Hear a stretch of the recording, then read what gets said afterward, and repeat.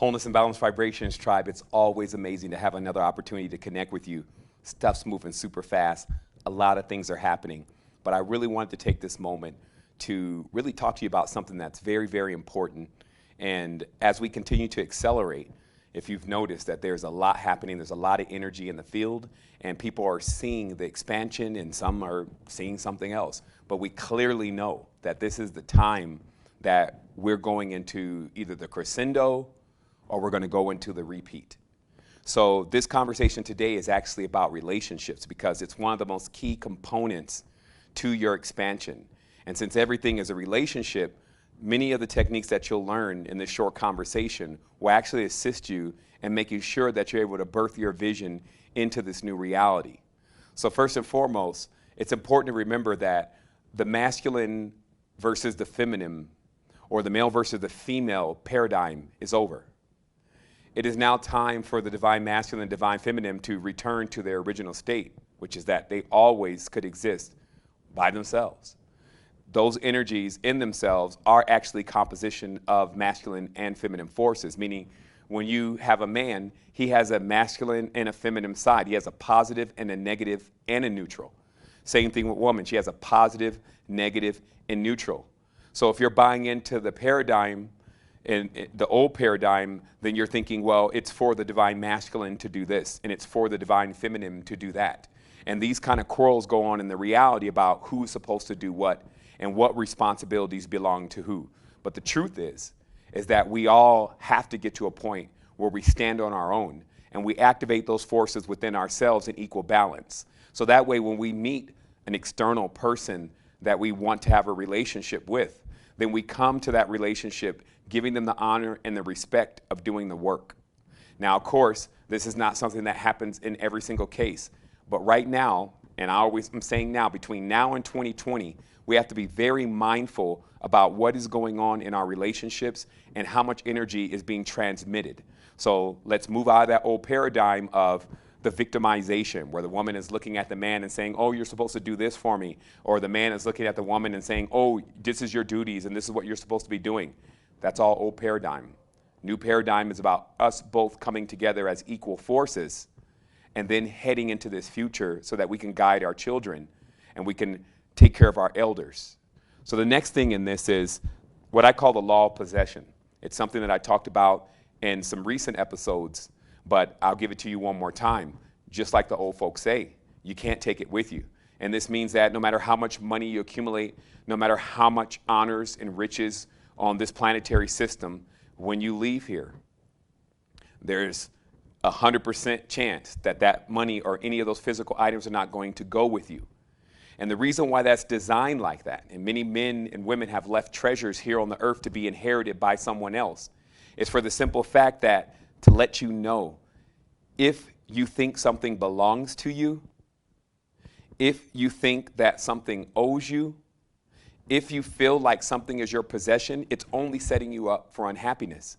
Because in the event that it doesn't do what you want to do, it doesn't work anymore, or it breaks or gets lost, this will constantly play around with your energy centers, right? So if you're working on staying stable and having a stable foundation, but you have a lot of possessions, and you think, let's say that significant other belongs to you, let's say that house belongs to you, that car, that money belongs to you, that job belongs to you, the moment that you lose it, or the moment that it starts to shake and waver, as everything does in a physical reality with the moon, then that also creates instability.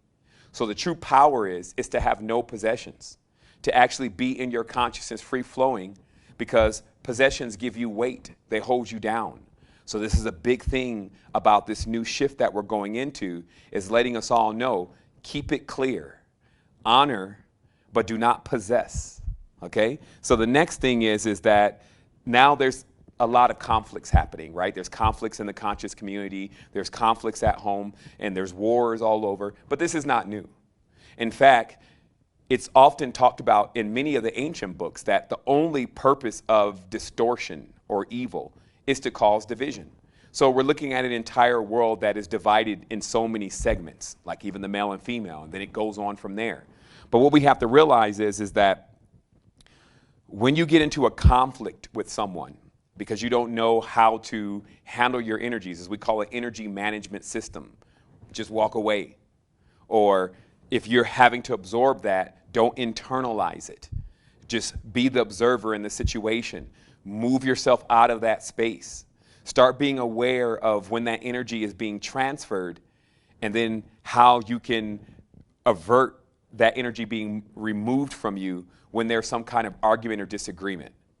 So in an argument or disagreement, especially if you're in a relationship, it's the most counterproductive thing to your growth, because you're literally taking all the energy that you're going to need to manifest, the things that you're going to need to establish between now and 2020.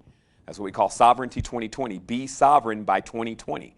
You don't want to be in this world when it hits the singularities and hits the, let's say, these mergers of technology and 5G networks and all this stuff. You have to be working on your sovereignty, getting your land, and expanding with the vision with you and your tribe. But the only way that that's possible, the only way to keep your resonance and the vibration at the level to be able to allow you to sail into that kind of reality, or what would be actuality, is to avoid losing your energy. So of course, there's going to be all these different things that try to put enmity between you and those that you truly care for, and those that you've already done so much for, and those that you've already felt lots of passion and a lot of connections with. But then there's those momentary periods where there's a conflict. So you have to be the person, and also the other person needs to be responsible. That's why they say you got to be responsible for the energy that you bring to me. So make the other person responsible for the energy that they're bringing to you, but always realize in your mind and in your consciousness and in your soul that if you're expending energy and that energy becomes distorted, then it is your energy lost. And that energy is needed to manifest and to breathe life into your visions. So don't allow enmity to come in between you and your relationships and steal your energy and throw you off sync, because then you won't have the power that's necessary to make the magnetism truly happen. The next thing is actually the laws of resonance. And the laws of resonance is what really governs whether people stay together, where they drag each other down, or where they pick each other up. Resonance is vibes, right? It's that frequency that we're carrying. So as we're all progressing to become more and more whole every single day, we must progress on that mission together. If we choose for any reason, even in some of the closest relationships, if one chooses to stop while the other one is continuously rising in their awareness, then there will eventually be a separation. And that separation will have nothing to do with whether or not this person really wants to leave that relationship. It'll have to do with the amount of work that they're doing on themselves and the ability to begin to resonate into higher frequencies, which makes the other disharmonic frequencies not in proportion. So this means that in relationships, each person must work to go head to head with their progress. Always be there side by side, continuously encouraging each other to keep the progress going. But in the event one chooses not to have that continue that progress, then this will lead to eventual separation in the illusion. But here's another thing that's most important to remember. Every single time that we separate, we become weaker. So you want to work on pushing your resonance into those higher frequencies to where the tribes are already connected, to where there's no arguments, there's only happiness, there's only fulfillment, there's only knowledge and wisdom being shared. So just remember with that resonance also, if you choose to stay in something that's disharmonic for you, this is if the person is going down and you're trying to vibrate higher, if you choose to exchange energy with that person and give them excuses, or don't get out of the situation by not making an adept move, by making a real choice to move yourself into another space, what's ultimately going to happen is your resonation is going to be pulled down, it's going to stunt your growth, and it's going to throw you out of synchronicity. So this is something that's very important. It actually involves your soul. So no one is worth your soul. Very seldom do two people leave the world at the same time. Very seldom, if one person's eyes are closed, does the other person see darkness. So this is really an experience that is central to your growth, and your growth actually determines the field and the environment around you. So always remember resonance. And last but not least, because we're in physical bodies, just like nature, the body is a part of nature. So because of that, it also is moved about, its temperaments are moved about by the weather. So it's important to check the weather when you're experiencing a situation or you're going through something, because it will sometimes allow you, or actually in most cases allow you, to rise completely out of the body, out of the illusion, and realize, hey, I'm on full moon. Hey, I'm on equinox. Hey, I'm on new moon. This is why this is happening. And then you can move on from there. But to be ignorant, to think that the body is not affected by the celestial bodies, when you see the moon come out and make flowers grow and make crops grow and make waves bigger, and then you also see the sun come out and do the same thing, have great components to controlling things in this reality. So if we neglect for one moment to observe the weather, then oftentimes we can get into things that we regret. So let's say, for instance, at certain times, the male energy, because we're solar, could either be grumpy, could be sleepy, could be over-energetic, all those different things that has to do with the solar cycles. And likewise, with the feminine, the lunar cycles can affect them. The new moon, the full moon. So we must be mindful that these are all reaping and sowing cycles. That's all they are. You have 1 month of reaping and sowing cycles. That's from the time the moon goes from the new moon all the way to the full moon. And in that period, coming from the new moon on, you're basically planting. And then when you get to the half or the quarter moons, and then to the quarter moon, then the half moon, once that first phase is done, now you go into, and you're going into the waxing phase. Now you're going to reap what you sow, with everything coming into a crescendo around the full moon.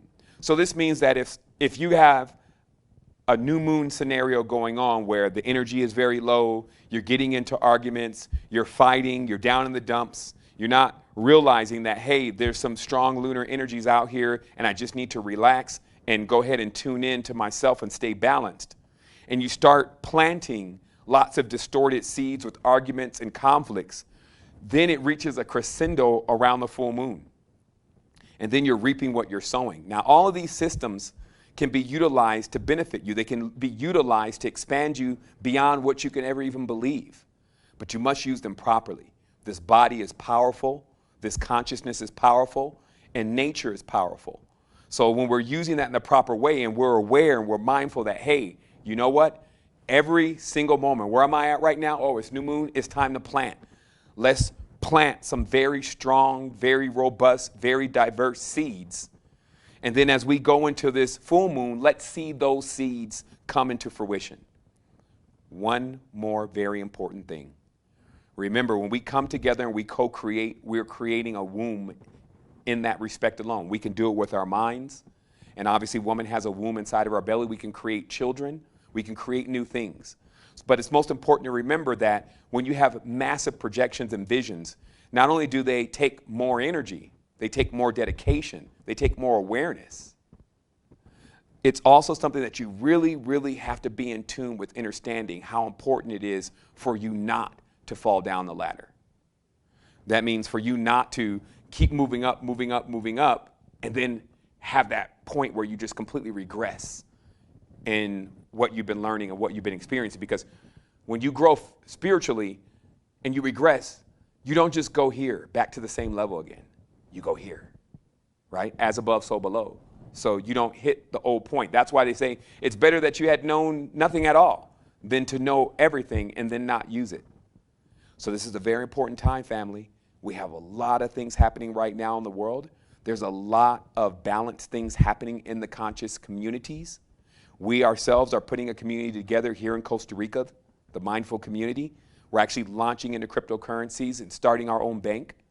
We have ambassador training going on where we're teaching people about how to maneuver in the fake matrix, and likewise how to expand beyond this fake matrix, how to balance out these two fields, how to learn about nature, how to get yourself together. So you can actually join us in any of those events, but you can always trust that even if you don't, I'm going to be here for you. You can send questions into the network. Someone will be there to answer.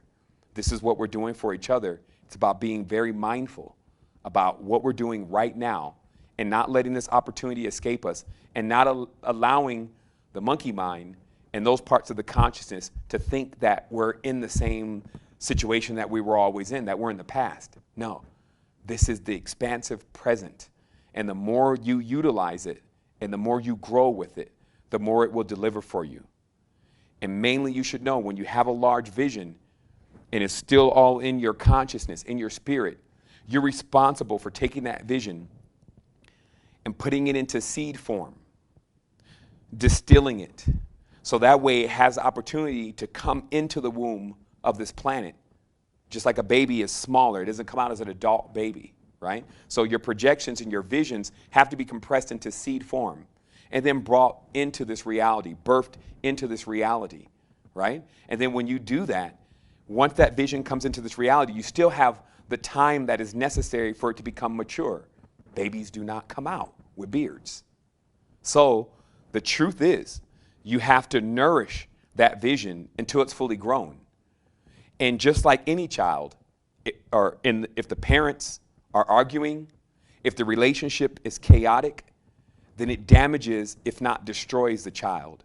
So make sure your visions and your projections with your tribe, your family, and the relationships that you're in are able to withstand the test of time, move beyond the envelope of physical bodies, nature, matrices, etc., and realize that you are eternal.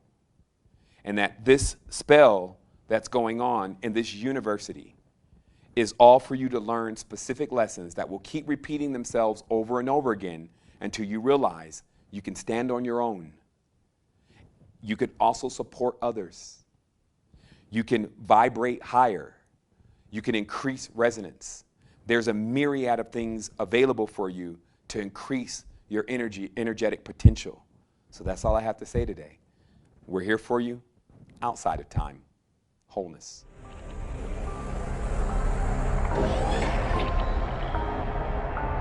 Ladies and gentlemen, welcome to the next generation of science. Is there any way in which one's mind can be